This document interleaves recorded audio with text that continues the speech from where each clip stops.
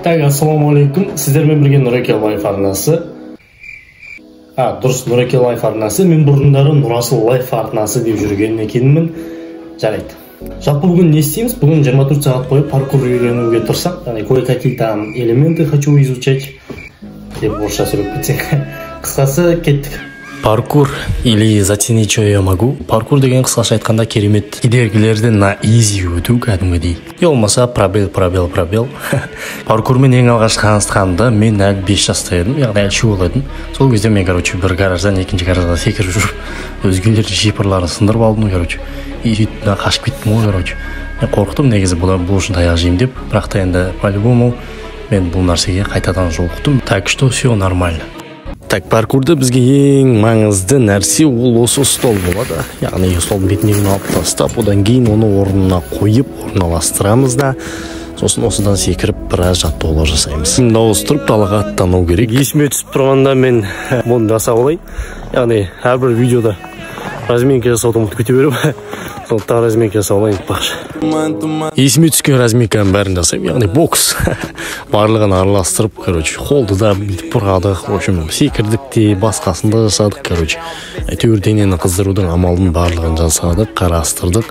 Бұйырса паркур істеуге дайынмын деп ойлаймын. Кеттік.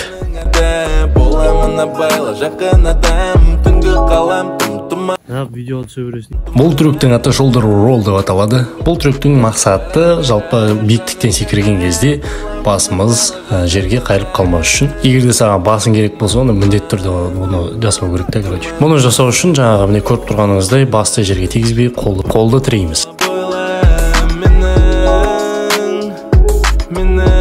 Так, бұны енді практика жүзінде көрейік.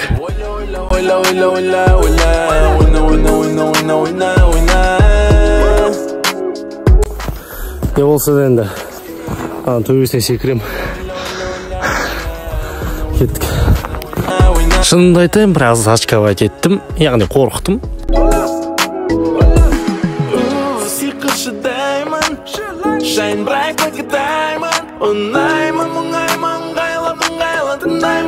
Қой құрсы, маған өмір керек дедім да, соң кішкентай жерден бастамақшы болдым. Өйтіп, кішкентай жерден бастайын деп шештім.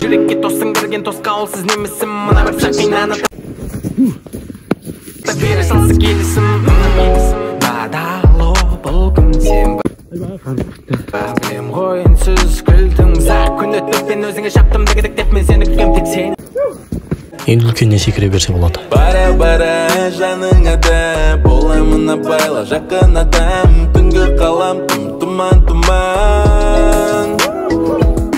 Бара-бара жаныңада боламын абайла жақын адам, тұман.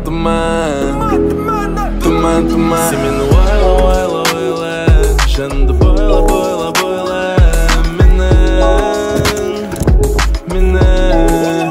Келесі бізде safety wall деп аталады.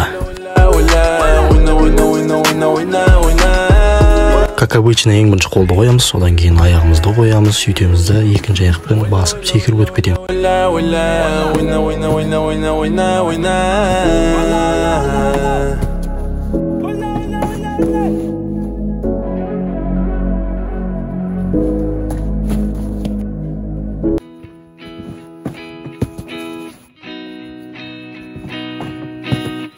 Шынымды айтсам, бұл мен үшін өте оңай болды негізінде. Сондықтан келесі уровеньге көшеміз, соның аты speed wall деп аталады. Паркурдың традициясы бойынша қолымызды қойып, аяғымызды тигізбей секіреміз, егер тиетін болса мынандай болады.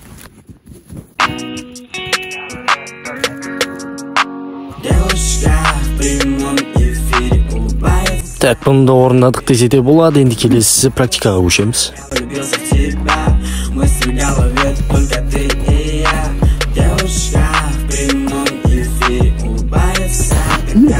Well down. Енді келесіне көшеміз, оның аты conk wall деп аталады.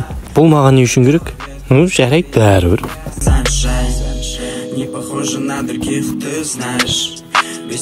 ойнадық, күлдік. Жалпы бүгінгі видео осылай болды. Мен өз мақсатыма жеттім. Өзімнің әрбір қанша жерден сүрінсем де, құласам да мен бәрібір де берілмедім. Және де мен өзімнің мақсатыма жету үшін Аллах тағалаға тәуекел еттім. Себебі қандай да бір іс жасайтын болсаңыз, оның алдын ала жоспар құрып аласыз, содан кейін амал етесіз оған, содан кейін барып Аллах тағалаға ісіңізді тапсырасыз.